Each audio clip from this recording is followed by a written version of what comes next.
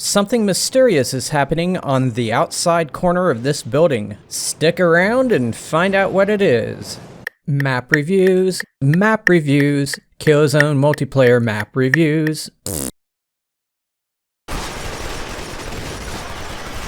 Welcome to Helghan Industries, a multiplayer map for Killzone 2. This footage is captured directly from a PS3, including the multiplayer, which is still alive today on private servers. See the description for more details on how to do that. Helghan Industries is a factory area on the planet Helghan. Since it has Helghan in the name, I imagine it's a state-owned property. You're playing on it during the middle of the ISA invasion, which is true of pretty much every map in Killzone 2. Its overall shape resembles a square, more than anything else at least. What sets this map apart from others is how high up it is. There's two main factory buildings, one with 3 playable floors and the other with 2. Some of these floors have high ceilings, which makes it reach even higher into the sky. Altogether, this may be one of the highest maps in the Killzone series, at least in terms of playable area.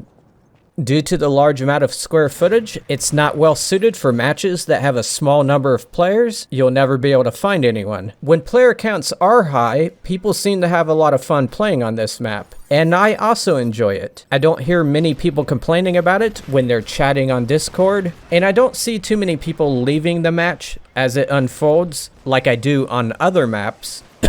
Pyrrhus Rise. Excuse me. The building-to-building fighting on Helghan Industries can be quite intensive, specifically trying to get up these long ramps. When you're on them, you're very vulnerable to incoming fire. Another characteristic of this map are the wide-open roads. They are configured like the letter H. If you walk down the middle of the main one, just about everyone will see you, and you likely won't be able to reach the other side.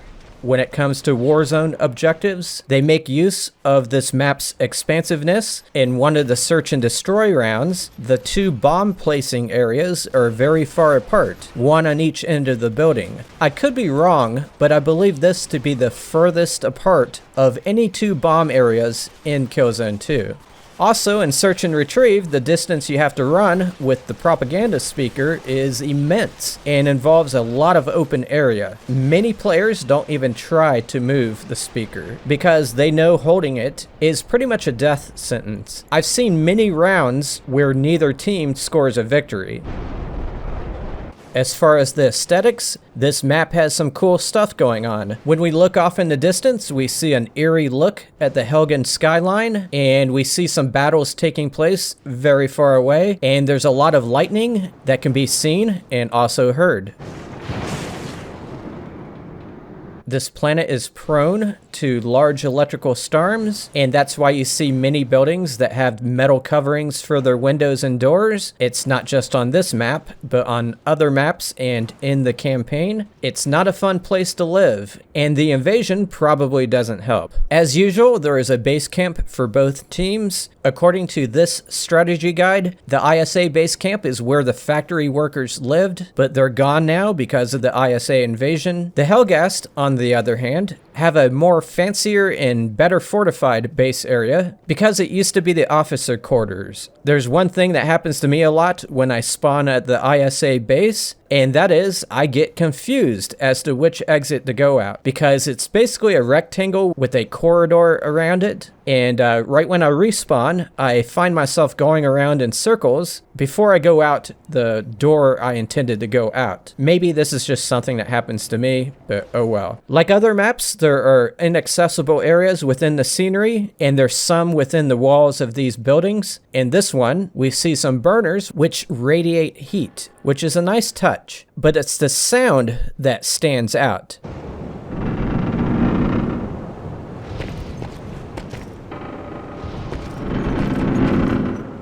It's quite creepy if you ask me. Honestly though, I don't think anyone's going to hear it during multiplayer matches.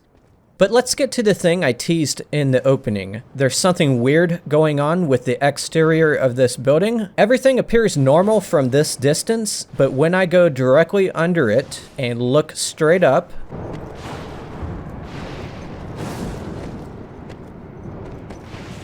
there's some lettering, and it's kind of floating off the surface.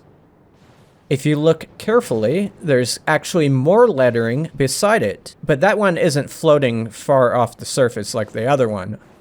So what's going on here? It could be that these are meant to identify the building. It's written in the Helghan language, and there's similar markings on the outside and the inside of some of the other buildings on this map, but those are very visible. From what I can tell, these ones cannot be seen from anywhere on the map, except when you stand right underneath it. My guess is that these markings used to be visible, just like the other ones on the other buildings, but at some point in development, Guerrilla Games decided to not have that particular text on that building, but instead of going to the trouble of removing the graphics, they recolored them to match the building, effectively making them invisible. That's just my theory though. If you have a different theory, let me know. Better yet, if you helped program this map, let me know what this is all about. This map also has bags of garbage laying around, which have unusual properties. Stepping on them or shooting them causes them to explode, which sprays broken dishes and roaches everywhere, but these things only last for a few seconds before dissolving into nothingness. I also found this random battery, which can be damaged but not destroyed,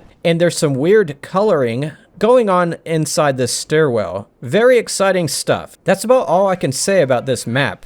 I think it's a pretty good map. Let me know what you think of it, and long live Killzone.